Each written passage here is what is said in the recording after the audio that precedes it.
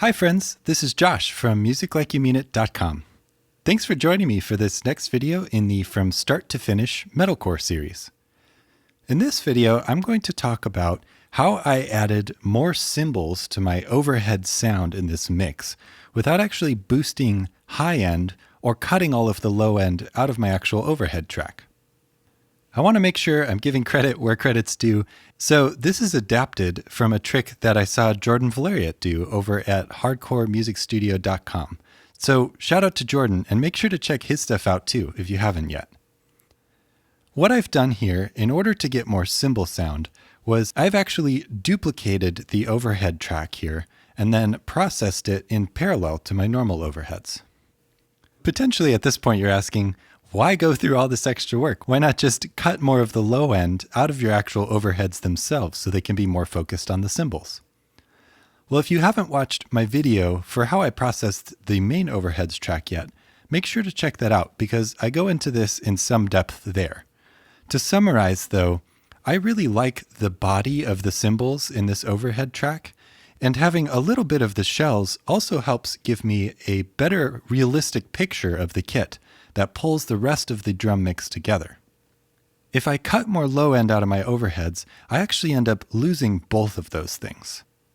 So let me show you what the processed overhead track by itself sounds like so far.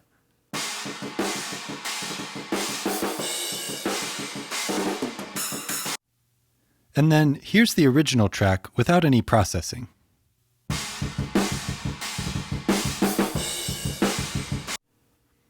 So we've already removed a lot of the low end from this track, and some of the snare drum as well. This next track here that I've duplicated over started the same way from the same raw track, and then I've added some processing so that it's focused in just on the cymbals. So here's what we're starting with. And then the first plugin I'm adding is the FabFilter Pro Q3. Here I have a high-pass filter all the way up at 2K. So this is going to just leave the top end in this track.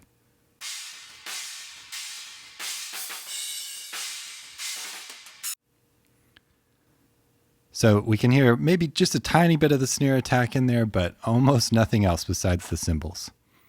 With all the shells removed from this track, I can then work directly on the cymbals with a compressor. So what I've done here is I've added the CLA 76 with the overheads preset. Let me show you what this is doing.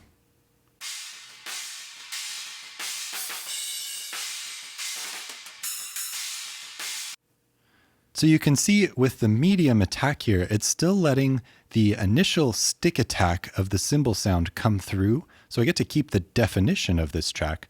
But then this brings up the body of the cymbals overall, which definitely smooths out the cymbal sound in a way that I can't do as directly on the main overhead track.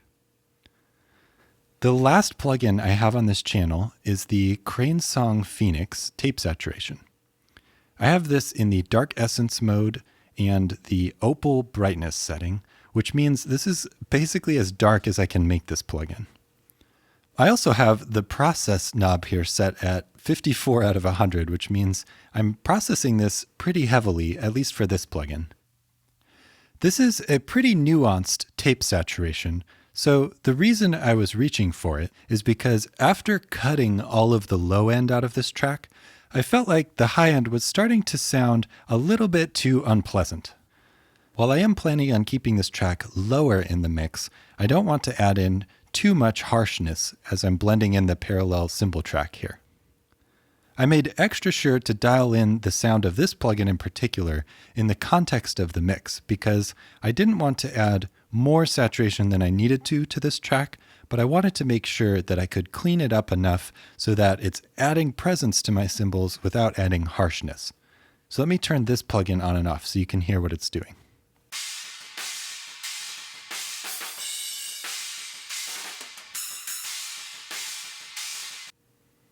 So you can hear the track isn't that much darker, but it's really taming some of the harshness in those high mids that's kind of grating to listen to with this plugin off. So with all the processing on here, by itself, this track doesn't really sound that exciting, but let me show you the whole mix and I will add and remove this track so that you can hear what it's adding overall.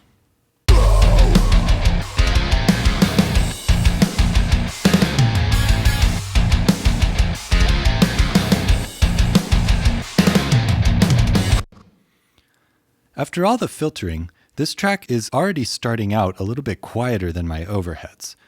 Then, as you can see here, I'm blending it in further back in the mix than the main overheads as well. Even at that low of a volume, you can hear how this is really adding some definition to the cymbals in this mix.